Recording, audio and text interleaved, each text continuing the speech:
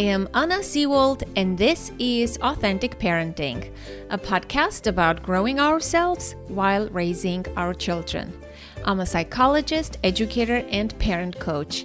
And on this podcast, I explore how you can connect to your authentic self, practice radical self-care, and raise emotionally healthy children. Let's break the cycle of generational trauma for a more peaceful, kind, and compassionate world. In today's episode, we are diving into a topic that's increasingly on the minds of parents everywhere: tracking kids. From GPS devices to apps, the options are endless. But what do they really mean for our children's safety and independence? I am speaking with Devorah Heitner, a returning guest. She's the author of Growing Up in Public, Coming of Age in a Digital World. Devorah is an expert on children and the internet. Her previous book, Screenwise, Helping Kids Thrive and Survive in Their Digital World, was an Amazon bestseller and widely praised. Her writing on kids and technology has appeared in the New York Times, the Washington Post, CNN Opinion, and Fast Company, among others. Join us as we unpack the pros and cons of tracking, the tools available for tracking, and their implications for privacy, and how we can empower children to navigate the digital landscape. If you want to listen to Devorah's first conversation on the podcast, it's episode 376, and it's called Growing Up in Public. And of course, we have covered the topic of technology and its impact on our children on the podcast many times, and I will have links to those relevant episodes in the show notes. Please enjoy, and thank you for listening. Well, Devorah, welcome to the podcast. Thank you. After our initial conversation last year, I started thinking about this topic of tracking our children. And I want to begin by asking, what is tracking and what are the different kinds of tracking? Absolutely. So there's the kind of old school tracking that maybe our parents did, where like my mother would pick up the other extension on the phone and listen to my calls sometimes, and I would do the same to her. So there was kind of like just eavesdropping. There's, going through your child's stuff. So old school, right? And then there's a lot of possibilities with technology. So one of the things a lot of parents can do now, and schools seem to even encourage it, is checking your child's grades online and their attendance. And schools seem to be sending, encouraging parents to enroll in apps that are then sending updates on every quiz, every time your kid is a minute late to class. In elementary school, I wrote in Growing Up in Public about apps that elementary school teachers are using to communicate about behavior. Did your child speak without raising their hand? Did they go to the bathroom a lot? Were they disruptive at their table? So it starts in, the early grades, and it goes all the way through high school with, grade updates and all of these things. And what happens, one of the challenges, I think, is that parents think that this amount of information is going to reduce their anxiety and help their kids. And often it actually increases their anxiety and causes ruptures in their relationships with their children. Yeah. Are there any advantages to tracking, specifically location tracking? Let's talk about that. Are there any advantages to that? And what are those benefits? Yeah. For some families, maybe location tracking, again, it feels like it's going to reduce anxiety. It might feel like you're bugging your kid less because you're tracking their location, so you don't need to reach out to them. But then it also reduces the need to communicate, and maybe checking in by phone or checking in by text would keep the doors of communication more open. And taking that away, like if we take away the expectation that our kids are going to get back to us when we reach out to them, which hopefully we're never doing during the school day because it's their job to focus at school, and at many schools and get in trouble if we text them during the school day. But say they're out and about in the evening after school at, sports or music practice, or doing their homework at the library. If we set up the expectation that you don't have to communicate with me because I'll just be tracking you, it can actually take away the imperative to respond when a parent texts. And I think that imperative does go away if you're going to text your kid 60 times a day. They're just going to, stop answering all the time. But if you have a rule that your kid's supposed to get back to you when you text or call, and you save those calls judiciously or those texts for when you really do need to know, hey, are you coming home for dinner? I need to know if you can watch your sister later or whatever. I think that's really important. And I don't think we want to get habituated to just, oh, I'm tracking you and therefore I don't need to communicate and there's no expectation that you'll communicate, because that's not a helpful set of relationship skills for your child to bring into future relationships. And in fact, if you thought their romantic partner would be, tracking them instead of communication, you might be kind of concerned or even creeped out, right? That would be like weird, creepy behavior. So I think it's really important to think about, do we want to accustom our kids to surveillance as a substitute for trusting and open communication? Oh, wow. I haven't thought about this topic from that angle. That's such valid and brilliant point. What do you think about, is there a difference between, installing this tracking device on your kid's phone, or it's an app, right? I guess, how does that work? Life 360. Yeah. Yes, it's an app that the parent has and they install it on the kid's phone as well. So the way a lot of these apps work, for example, Life 360, is you're like in a circle with people that you want to share your location with. So technically, depending on how you set it up, your kids can track you as well. You can track your partner as well. And again, that might seem like a really great convenience. And I want to be clear that of all the different kinds of tracking, location tracking is the one kind of tracking that I did talk to some people who felt positive or neutral about, right? Like grade tracking and some of the other forms of tracking feel really invasive to almost everyone that I spoke to and cause more problems than they solve. With location tracking, I did find families that said, you know what, it's convenient for us. We all track each other. I feel good knowing where they are. They feel good knowing where I am. So I have to allow for that for some families, it did feel like an advantage. And I would say the way to do it, if you really want this for your families, have a conversation and see if everyone feels comfortable with that. However, once you make it a condition of having a phone, once you say you can't drive or use the car unless you're willing to be tracked, then I think we're getting into a more coercive kind of parenting. And I think there are some real downsides to that. And it's not really opting in. So I think it's really important to be honest with yourself. Am I coercing my kid? Am I making this a condition of leaving the house? Am I making this a condition of having a phone, of paying for their phone plan, of driving the car? And be honest with yourself about that. And also be honest with yourself about what you're worried about. Are you really worried that, they're going to be going too fast? The speed checking on a lot of these apps is notoriously unreliable and also can send false alarms. So your kid could be on a roller coaster and, you get this note saying they're going 90 miles an hour. Well, they're not driving 90 miles an hour. Or you might get something else that just is misleading. So I think it's really important to teach kids to observe safety rules when they're driving, when they're cycling, when they're doing other things, and not rely on something like speed tracking. To come back to the advantages, I do think that, again, there are families that feel like having an opt-in for everyone to share their location has convenience advantages, but be ready for your kid to say, hey, I saw you were near Joe Donut. Why didn't you get me a Boston cream, right? So I think it's important also to understand that your privacy that you're used to having, that you've had your whole life, because your parents certainly didn't have the ability to track you, is something that you might give up if you opt in for full family tracking. And if you're going to go with one-way tracking, like you're tracking your kid and they don't track you, what does that say about the level of trust that you have with your kids? I just think it's really important to be really honest with yourself about your motivations and also be realistic about, what am I going to get from this and what am I not going to get? Yeah, I mean, telling the kid versus not telling the kid, clearly there's a big difference, right? If you're surveilling your kid without their knowledge, it also depends on the age of the kid, I feel like, right? I mean, if you have a teenager of 16, 15, 17-year-old, that's a whole different conversation. If you have a, 10-year-old, 11-year-old, that's a whole different conversation. I mean, can we track younger kids and not track older kids' locations?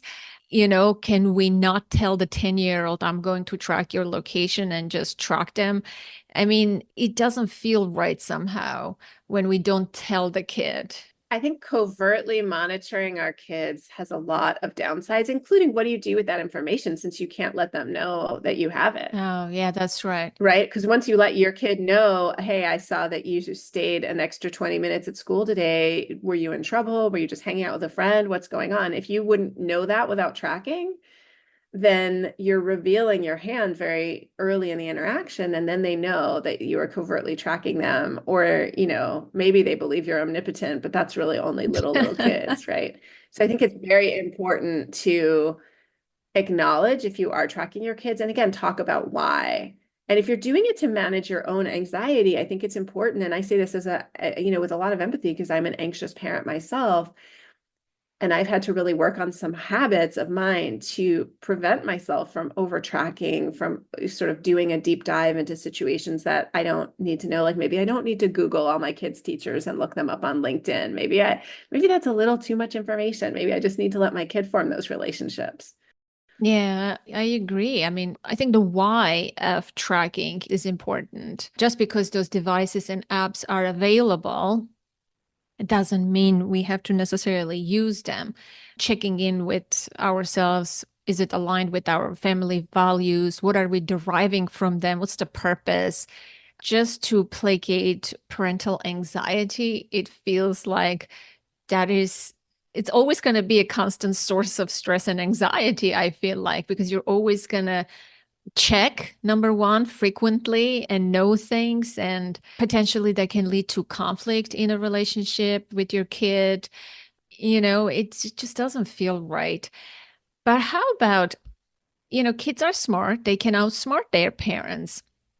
What if, some child is being tracked and knowingly, of course, they can leave their phone at their friend's house because the tracking shows that they are at Olivia's house, and they can wander off and do risky things or go somewhere else, right? So, And then they're there without a phone, which, and they are without a phone. right. So you're kind of putting your kid in a situation where a phone, which can be used, to help them get to safety or even Uber home if you have a kid with like a teen Uber account or something, or to call you and say, hey, I'm in a risky situation, come and get me. This party has taken a turn for the weird. Well, if they snuck out in the first place and then you were tracking them and they left their phone somewhere else, you're taking away or they're taking away, but they're taking away because of your coercive actions, a safety net that they would otherwise have, right? Where maybe you have a kind of an amnesty rule that I'll always come pick you up, no questions asked, even if you're somewhere that I didn't know you would be, or if you're somewhere where activities are happening, like, alcohol use or drug use, where, that's maybe forbidden in our family, right? But you're calling me and saying, I need to get out of the situation. I'm going to prioritize your safety over whatever rule enforcement and come and get you. But if you don't have your phone, that's less good, right? Especially because there's so few phones anywhere now, right? So you may be in a situation where if you don't have your own phone, there isn't a phone that you can use, especially if the people around you are not behaving in a safe way. So I think it is really important to think about the disadvantages of tracking our kids. And again, I mean, to come back to like grade tracking, which so many parents are being encouraged to do by schools, grade tracking is so likely to cause conflict between parents and kids, because so often parents will see something like a 0 because the teacher hasn't entered the grade yet or it hasn't been posted. And parents panic and then they text their kids during the school day. They stress their kids out. Their kids are like, leave me alone. I've already done that, or I already turned it in. It just isn't graded yet. And then it can turn the relationship between parents, teachers, and students to be quite transactional, like bugging the teachers for these grades. It's really important for parents as much as possible to leave that kind of day-to-day checking of the work to their student.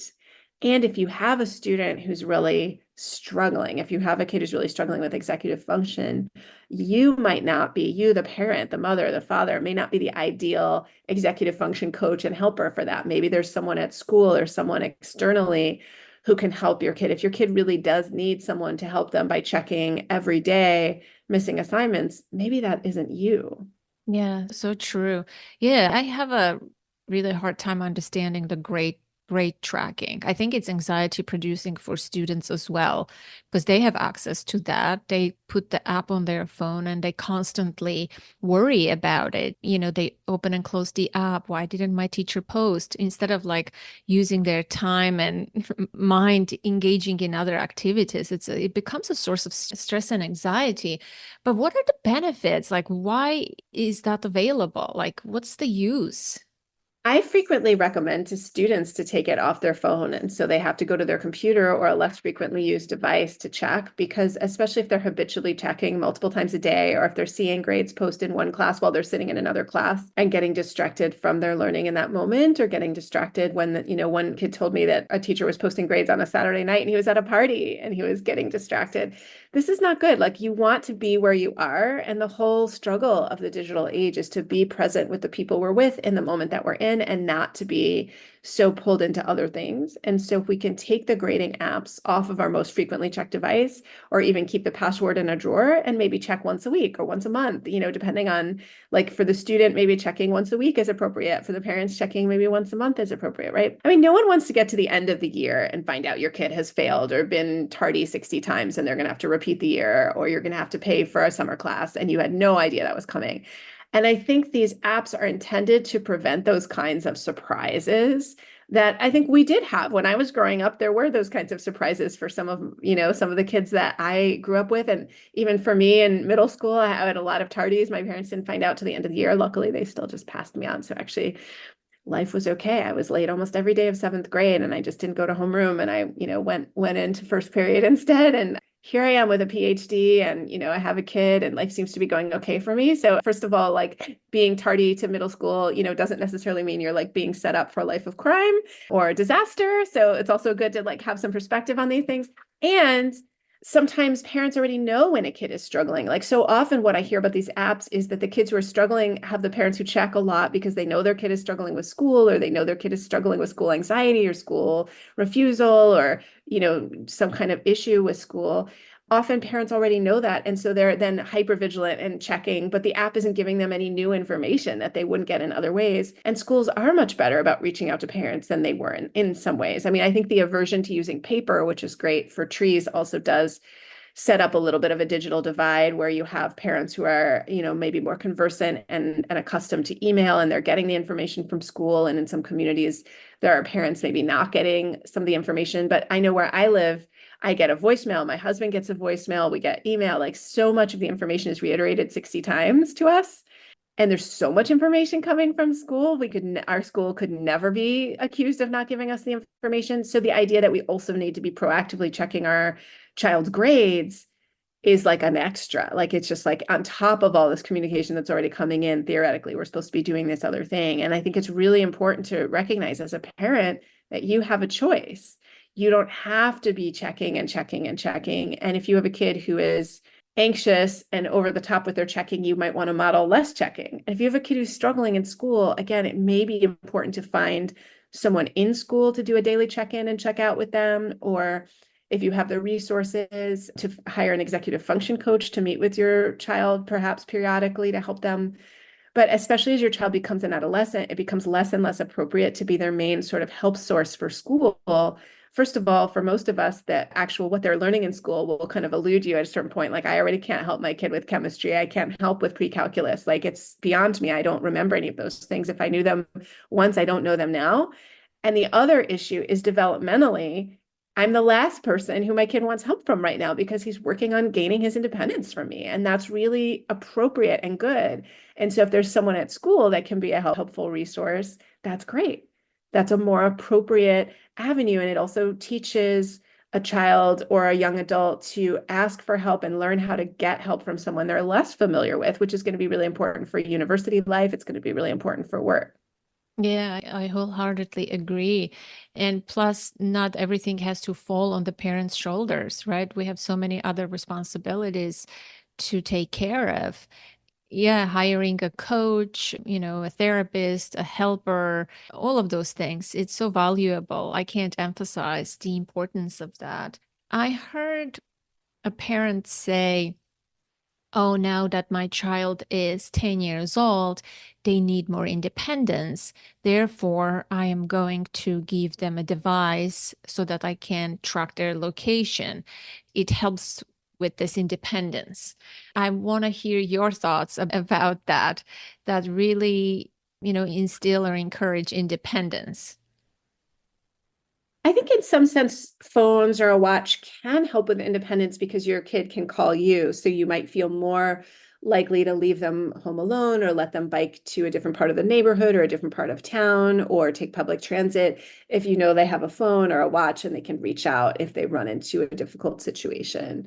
That said, there are other ways of instilling independence. You can instill really good ways of learning how to follow directions. You can instill helping your child. You can support them learning how to talk to strangers, right? We don't want to teach our kids so much stranger danger that they can't ask the librarian for help finding a book, right? So we do want to teach our kids in this situation, say you're in the library, who are the safe people to talk to? Well, the people who work here are safe to talk to, right? You can ask them for help. They'll help you find the thing you're looking for. If you're lost, who is the safest person to ask for directions? If you go the wrong way on the bus, what are some options that you have? So we don't necessarily need to be the ones our parents call, our children call all the time, right? It reassures us that they can reach out to us, but actually teaching them the skill of knowing who to talk to in a tricky situation is such an important life skill because there's always that chance that their phone runs out of battery or the problem that they're having is that they've lost their phone, right? My kid has misplaced his device at numerous sporting events. And if he had no other skills in talking with people, it would be really tricky to get home in that situation, right? So it's really important to think about like, yeah, maybe even this technology is the A plan, but like, what's the B plan? That doesn't work. We don't want to teach our kids to be so helpless and over reliant on phones. Yeah, really good point. I agree.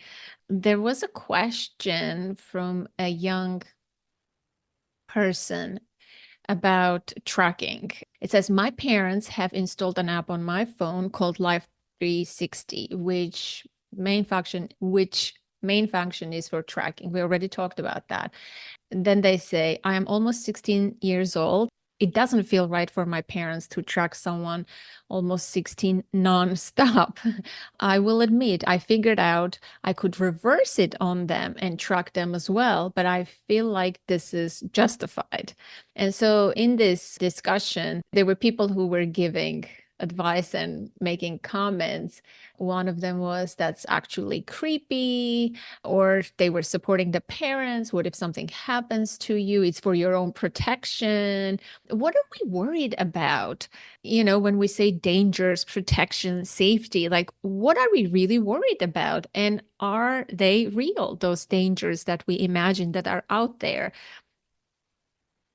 I mean, the most important thing we can do is teach our kids how to be in the world, how to stay safe, how to ask for help. And then we also need to fight for a better world. If you live in the United States and you think school shootings are terrifying, then, there are people who are doing an important activism through electoral politics and nonprofit work, trying to reduce access to weapons. We can think about other things we can do to keep our kids safe that hopefully don't limit their lives too much, right? We don't want to never let our kids leave the house because we're worried about public safety, but we do want to think about public safety. And, that can include, I mean, what are we in, like year 4 or 5 of this pandemic? Like, is your family still masking anywhere? What is your policy on masking at the airport or on the bus or whatever? Those kinds of conversations as well, versus, a situation where you would just entirely stay home. And obviously for most of us, that would be like too isolating and extreme. So I think it's really important to think about, what are we worried about? Are you worried that your kid will be taken by traffickers? Are you worried that they will have a negative experience? We can't prevent the latter, right? There are negative experiences. Maybe something will happen, maybe someone in the street will say something inappropriate to your kid. Maybe they'll make a sexually harassing comment, or they will, ask your kid for something and then be aggressive if your kid says no or says, I'm sorry, I don't have any money, or I can't help you, and that living with situations, including uncomfortable interactions with strangers or with people we know, is part of life. So we don't need to teach our kids that those are situations where technology would help, because they wouldn't help. Having your phone in that situation doesn't help. If someone says something, that crosses a boundary for you, You want to be able to keep yourself safe and strong and, move physically away from that person if that's a possibility. And think about, can I talk to someone about this later if I'm still thinking about it and feeling bad? It's really important to set kids up to understand that they're going to be okay through most of what happens in their lives, right? And that they can handle it. I think that's really important to give your kids some strategies, like that they can handle a negative interaction on the playground or at school or in other situations, and to normalize that, right? I'm not excusing negative behavior on the part of peers or adults, but to normalize that, yeah, part of life is sometimes dealing with, something gross happening or something weird happening and something unexpected. And these are some options that you have in those situations. Yeah. So if you were to convince someone who is pro tracking to summarize some of what you said, what arguments would you present to them to convince them that no, tracking is not so useful? Well, I would just ask anyone who's thinking about tracking their kids to really think about what their motivation is, what problems they think they're preventing. And if they're predominantly doing it to assuage their own anxiety, I would kind of check in with that and think about ways that tracking actually might increase their anxiety. And think about anxiety as something that you can work on your own too, that maybe it isn't your child's job to assuage your anxiety. Because if you're going to reach out to them every 10 minutes for updates, if you don't track them, that's another form of tracking. And that's also coercive and stressful and annoying, right? And that's also going to be harmful to your relationship. So, I mean, I think probably most kids would say, I'd rather be tracked on Life 360 than get a text every 5 minutes, in fact, right? But maybe they would prefer neither one. So I think it's important to think about how intrusive it might be. What are you going to do with the information? And is there an alternative that involves building trust, building positive habits, building independence in your child, where you won't feel like you need to track them and you're still there for them if they need you?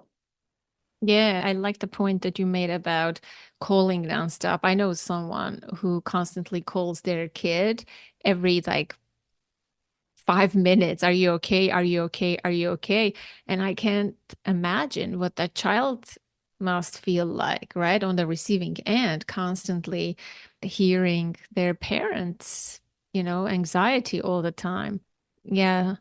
I mean, I have a lot of empathy. I mean, like I said, I'm an anxious mom. I'm teaching my kid to drive right now. I just wrote about this in my newsletter. It's very stressful for me. I'm not loving it, honestly. It's terrifying. What's so stressful? Yeah, what's so stressful? Because my daughter is in the same boat.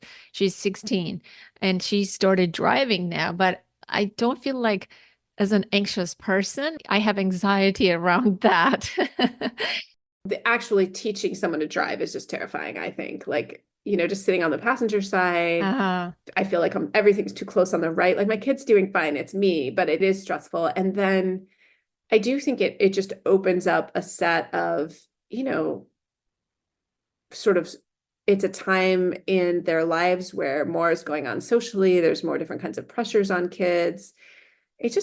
It's scary. And it's also a time that I remember really vividly. Like I'm not someone who remembers my elementary school years vividly, but I do remember high school.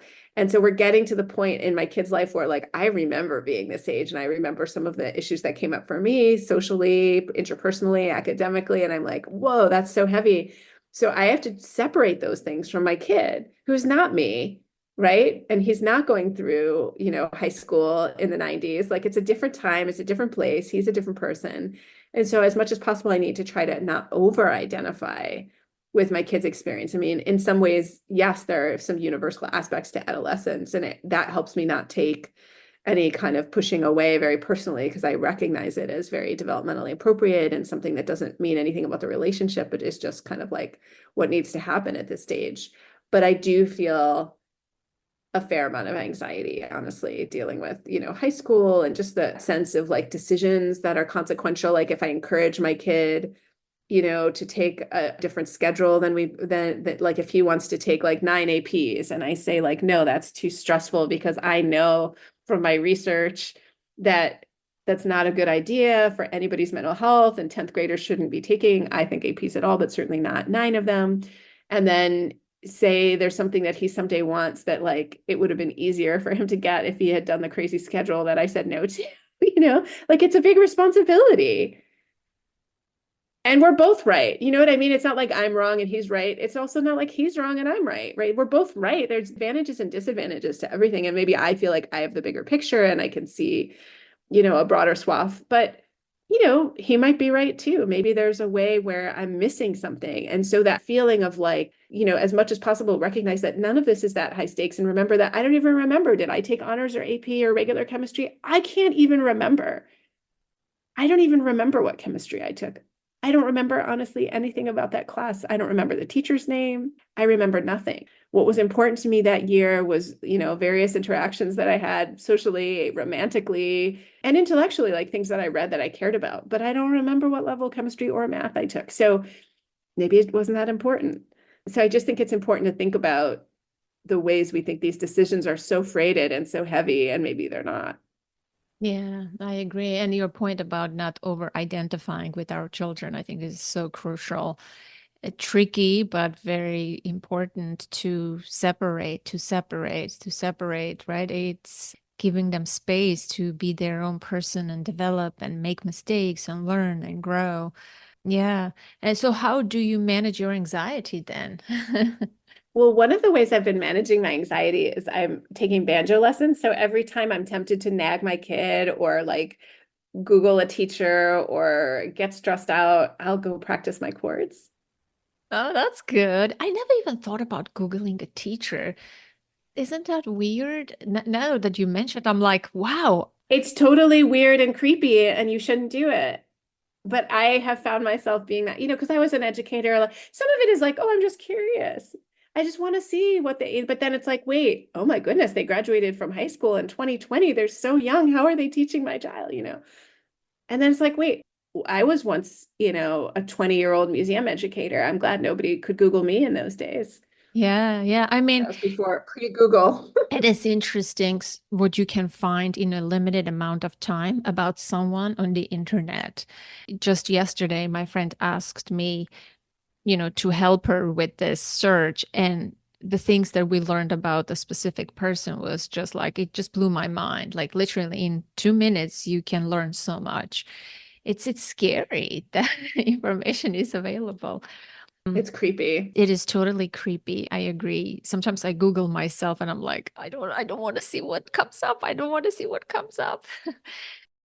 Devorah, what have you been writing about recently? So I just wrote an article for Newsweek about proposed legislation to think about social media differently, right? There's more and more concern about the effects of there's more and more concern about the effects of social media on kids. And there's been a variety of states that have proposed legislation that would potentially restrict young users via parental restrictions. And some of these laws, I think, are really dangerous because they can cut young people off from access to information and communication and have a lot of other limitations for all of us on our freedom of expression and freedom of access to information. So in the article in Newsweek, I suggest that the states that are proposing legislation that regulate the companies rather than the users are going down a road that I think is more productive, especially thinking about less algorithmic tracking. And I would like to see this not just for kids, right? As it's being proposed, a lot of these laws are focusing on 18 and unders, but I would actually propose that social media companies should be limited from how much they're algorithmically tracking any of us. I think the information, if you could see what Meta, what TikTok, what YouTube, what they know about you, what Google knows about you, it is terrifying. Talk about creepy. And so I would like to see that algorithmic tracking be significantly regulated, again, for all users, because I think making the internet safer for all users is the way to make it safer for young users. Yeah. I don't even want to know what they might know about us. Probably everything, right? Oh, I mean, think about it. It knows everywhere you've clicked. It knows all your search history. I mean, it's super creepy. Yeah, that is. And that could be like health information. I mean, think about like, with the restrictions on abortion, like Meta, is in situations where it might have to turn over private messaging that people are doing about crossing state lines to access healthcare. That's just like one example, but it's terrifying. Wow. And what are those states who are adopting those legislations? I mean, it's a lot of places, Ohio, Florida, Tennessee, Utah, Texas. And then in states like New York and Colorado, they're more pushing back. In California, they're more proposing to regulate the companies, which I think is a healthier approach. But even there, they're really focused on the under 18s. And I would really lean into, again, regulating all of the companies, to support our freedom. And you were quoted, you said in a recent article. What was that article about? That was about tracking. So Rebecca Ackerman for Romper did a really nice article about parents who are opting out of tracking their kids. And she talked to a bunch of families and then also talked to me. So what did you say? You said basically the things that you said already in our conversation. Yeah, and building trust is just so important that, you really want to think about what's the end game here. Like it might feel expedient to track your kid in the short term, but where's the end game? What's the long-term plan? I would be curious to talk to parents who have tracked their children and then change their minds. That would be an interesting perspective because I'm a parent who never tracked their kid. So that's not that interesting. I think the interesting ones are who have used and then realized that, no, maybe this is not so helpful or effective. Have you talked to such parents? I have, and I've talked to parents who realized that it was harming their relationship. I mean, there's a mom that I talked to for my book, Growing Up in Public, where she admitted that this is how she found out that her son had a girlfriend because she tracked him to this girl's house a bunch of times and realized he was going to her home. And he realized, that's how she found out. And I thought, what a huge interruption in the opportunity for him to, when he felt ready, tell his mom he's in a relationship. I know, right? It's just like erosion of trust. And yeah, how do you even come back from that kind of breach of trust? How do you repair that, right? It's something private and sacred, perhaps, and maybe the child will tell or never tell, but that's their own, pursuit. That's their own domain. Don't they deserve to have that? Like, why do we feel the need to constantly intrude and know? And, like even in romantic relationships, people always think that sharing is everything. Sharing is intimate. Sharing is closeness. That, but there needs to be that healthy space where the other person, whether that's our child or partner or friend, they can be their own person and thrive, right? We don't need to know everything about them. Or if they don't want to tell us, then we need to respect that, right? Not take it personally. A parent told me that they know about their child's activity on Venmo. They learned that their child, made this transaction and the child never shared with the parents what they purchased, and this is a grown child. When I say child, like an adult. Right. I mean, that seems, yeah. I mean, and I think it's really important to think about how Venmo and certain other apps where people pay one another, share a lot of information, and Snapchat maps accustom kids to tracking their friends. I mean, we don't really get into all of that, but I just think, yes, I mean, Snapchat maps is teaching kids that it's normal to track where your friend's location is. And so your parents tracking you is going to feel normal if your friends are also tracking you, right? Just a lot of surveillance that kids are getting used to, and it's worth thinking about. Yeah, I agree. I agree. What are you working on now? Do you have a new book idea? Are you working on something new? I am thinking about a couple of things, but I'm not ready to talk about them yet. But I also pretty focused on speaking right now. I'm just kind of still on my kind of even initial growing up in public tour, and I'm going to probably be on the East Coast a few times this year, so maybe I'll get to see you. And I'm going to be in Texas a bunch, and I'm actually going to Europe as well to speak. So I'm really just trying to help parents grapple with this moment because this is such a difficult time. And so I think it's really important to just support parents in having conversations with one another and also support schools because so many schools are thinking about, phone bans and all these kinds of extreme, relatively extreme measures. And so I think it's important for me to have my voice in the mix to try to help schools figure out, okay, what's our goal with the phone ban? Is this really going to help kids? Is there a way we can also support kids to connect socially? If we say that we're banning phones to support them socially, could we maybe also have longer recess? Could we set up some games at lunch? Can we do things to help kids, relearn face-to-face communication that may have been interrupted in the pandemic? So I'm just trying to help school communities and parent communities really grapple with just what growing up in the digital age is actually like for kids so that they can help. Yeah. What do you think of Jonathan Haidt's new book, The Anxious Generation?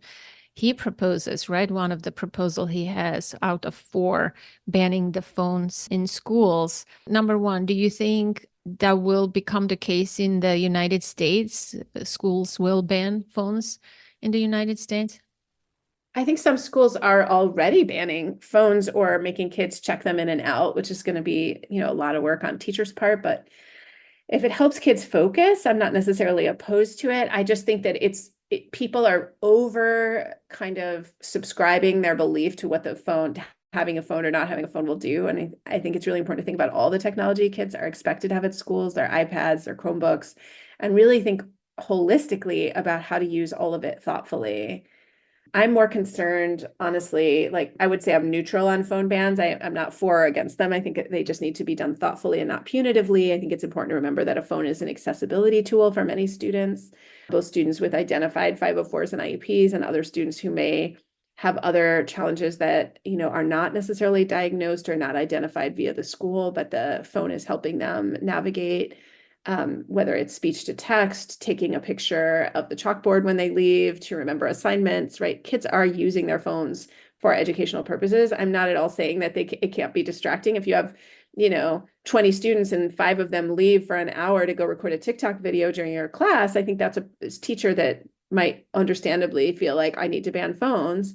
But it's important to think about what are the other distractions and also what are we doing with the classroom and with education to make sure that kids really have a place at school and feel like they're needed. And, like that kid who bugs out to go to the bathroom, if they were really involved in a class discussion, maybe they wouldn't go, right? So I just think it's important to also think about what are we doing proactively to engage kids. In that book, I'm more concerned about the proposal to delay social media to 16. I think in a democracy where so much is determined on social media, for better or for worse, I'm not saying I love the way our elections play out on social media, but I think to keep kids off until 2 years before voting age is anti-democratic. I'm seeing too much activism in 14 and 15-year-olds to think that we should keep them off social. Wow, that's very interesting.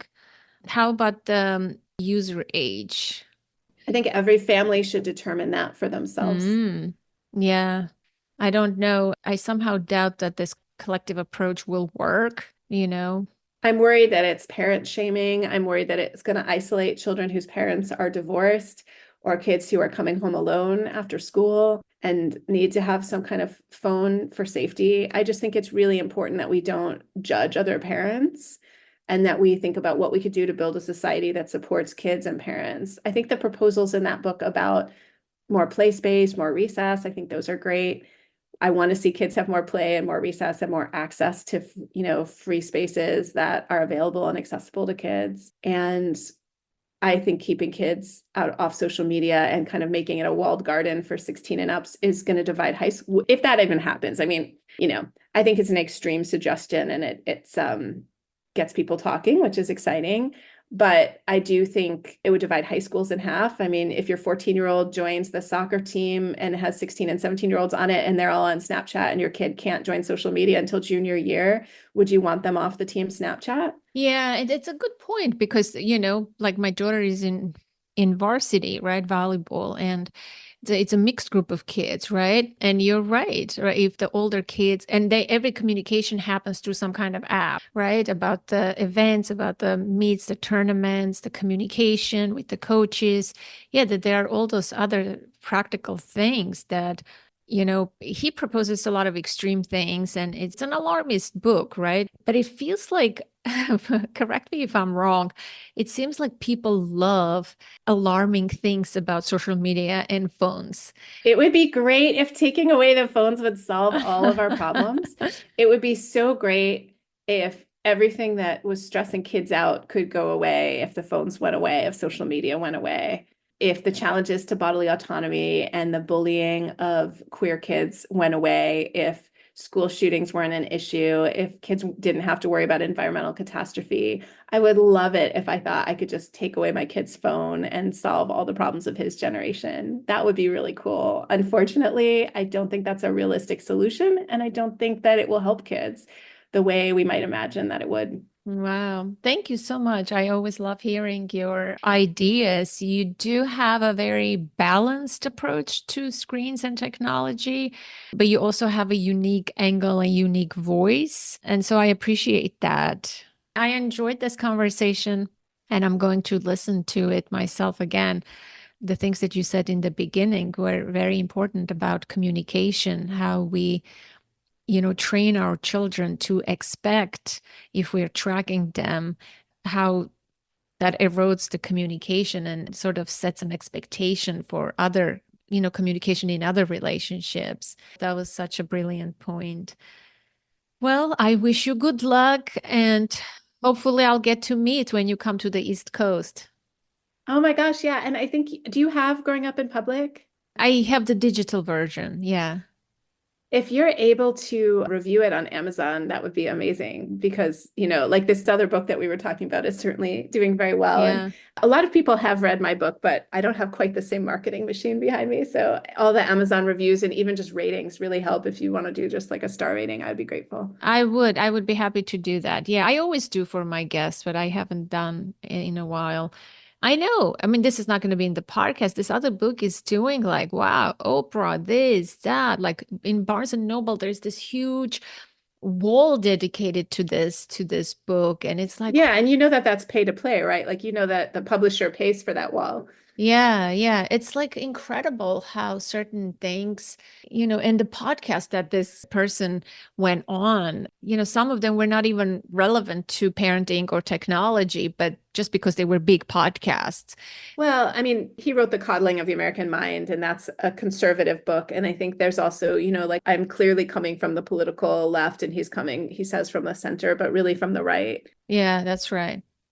You know, It's very interesting. Yeah. there's a political piece to it. But, I do think the positive side is that a lot of discussion is happening about kids and phones. And I do think that discussion is warranted. I don't think we want to just accept the status quo and not talk to kids about this stuff. I have a different solution. I don't think we want to just take them away, but I don't think we want to ignore them either. So I think, a conversation is positive. Yeah. I'm trying to see it that way because otherwise I just get frustrated because I think it's making people panic and that is less helpful. But Yeah, yeah, I agree. But how can we help you get more visibility with this? Because you definitely have a lot of good things to say.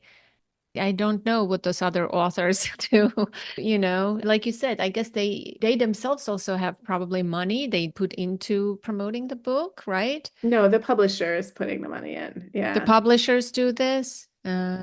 Because everybody's talking about this. Everybody, even people who normally don't talk about parenting books or things like that. Everywhere I go, people are like, "Have you read this book?" I'm like, "Yes." And like I haven't learned anything new. We're like, it's not like, yeah, very interesting. Very, very interesting. Thank you for having me. And when the episode comes out, I will be happy to share it. Um, Well, if you have time to either write a quick review or do a star rating on Amazon, even like this week, because I'm coming up on the 1 year anniversary of the book, and it would be great to get a few more reviews in for my publisher. I mean, yeah. and my book has done fine, but yeah, he's taking out ads on the National Mall like in Washington. No, no, I've seen in places that I normally don't see like parenting books. Because it's not really a parenting book, it's really a book saying that kids are messed up. Yeah. And people love like simple, concrete ideas and simple, concrete solutions, primitive, right? I'm glad you said at the end what you said about, I wish we can take the phones away and solve all the problems. Like that would be great. If I believed that, I would be very happy. Yeah, yeah, And my job would be done, but I just unfortunately I don't think that's gonna. yeah, I agree. I had another author on the podcast, Judith Warner. She was a former guest of my podcast. She wrote a review of Jonathan's book, and we had a discussion on the podcast about that, from the mental health angle, and Judith has been writing about that for 20 years. So it's not like the phone are to blame and things like that. Yeah, exactly. Exactly. And I love what she had to say. So, Yeah, I know her too. She's great. And I think that, it's just the voices of reason are kind of being drowned out. yeah, you know what? And I'm glad I invited you to the podcast. Another boost for you. My podcast has a lot of like downloads and listeners. Hopefully, this will give you more Thank you. visibility. And I will do it now. I will definitely publish a review. But I think, don't shy away. You should post it on your Facebook and ask everyone to review it, your friends or whoever follows you. You got to be aggressive about that kind of stuff. Absolutely. I have done it, but I've been focused on other things too, but I may come back and just do it one more time. But you can only ask people so much. I mean, I think I've sold 12,000 books and I have like 100 reviews. And so the percentage is pretty low. Yeah. But it's just so hard. Like people do not, I think, understand. That's why I'm asking someone like you, because you understand because you have a podcast. But I think people who are not authors or don't do this stuff like really are like, why would I do that? Or why is that important? Yeah, I think that's why maybe write a little comment or like a little blurb. This is important for this reason. Please do it now. And this is the link, or do it today. Give them like an urgency, a deadline to complete by this date to support you. I think people are they hope other people will do it, right? That's the problem. I think that is right. I think that's right. They see that kind of post and are like, the people will do it. I don't want to do it. But maybe make a post that this is urgent, that everybody do it now from different locations. That's smart. Yeah. I think you should do that more often because your book was a fantastic book. It talked about so many things that parents need. The other thing is if you can check and see, but your local library probably has it here. What's your library where you are? I am Plainsboro Public Library. Let me see. The other thing you can do is as a patron, you can always request the library get it. Yeah, that's true. That's true. Yeah, I'm in a book club and we constantly request books. And who was your publisher? Penguin Random House. And who is his publisher? I don't know, but it matters more that like every publisher has the people they're going to spend the money on and the people they're not. And I mean, to be fair, again, he had previous bestsellers and he is a conservative thinker in a place where there's, a real, like people are very invested in thinking that kids are broken. So let's see. I'm going to find a copy. They have it at Clark, Cranberry, and Elizabeth. Yeah. Is there a library in Plainsboro? Yeah. Yeah, they don't have it in Plainsboro. They have it in Plainfield. So you could ask them. They might say, oh, we'll just bring you a copy from one of the other branches, but you can see if you can get them to buy it or have your book club read it. And then a lot of people will ask for it. But they do have it in Rahway and some of the other ones. Yeah, no, those are far places. Yeah, I'll ask them. Yeah, I can call them. That's not a trouble. Thank you. And good. Have a great day. You too. You too. Good to see you. Take care. Bye. Bye.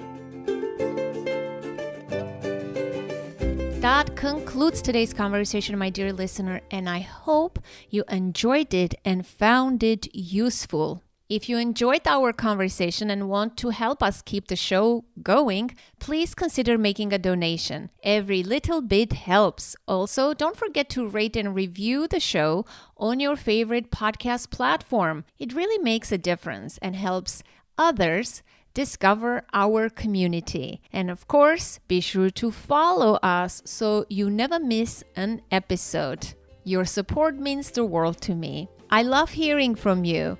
I welcome your feedback, comments, and questions. Go to authenticparenting.com/contact and send me a voice message or an email.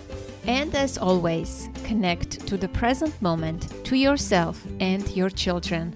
Until next week, I am Anna Seewald. Thank you so much for listening.